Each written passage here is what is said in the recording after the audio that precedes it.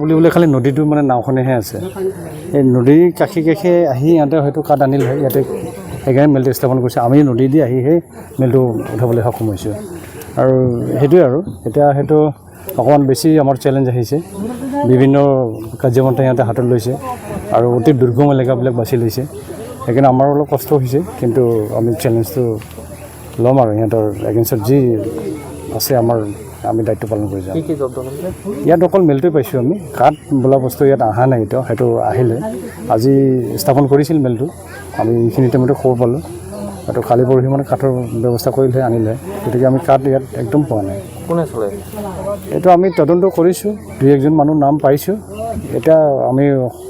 সঠিক নহয় এই মানুহজন কোন হ'ব পাৰে ইয়াত তদন্ত থাকিব আমি ইয়াত পুনৰ আমি আহিম আৰু তদন্ত চলি থাকিব একদম অভিযান চলি থাকিব চলি আছে আৰু চলি থাকিব ইয়াৰ কোনো ব্যতিক্ৰম নাই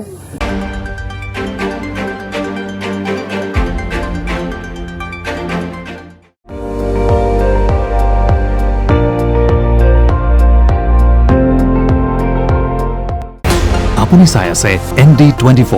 সৰ্বশ্ৰেষ্ঠ নহয় সৰ্বোত্তমৰ দৌৰত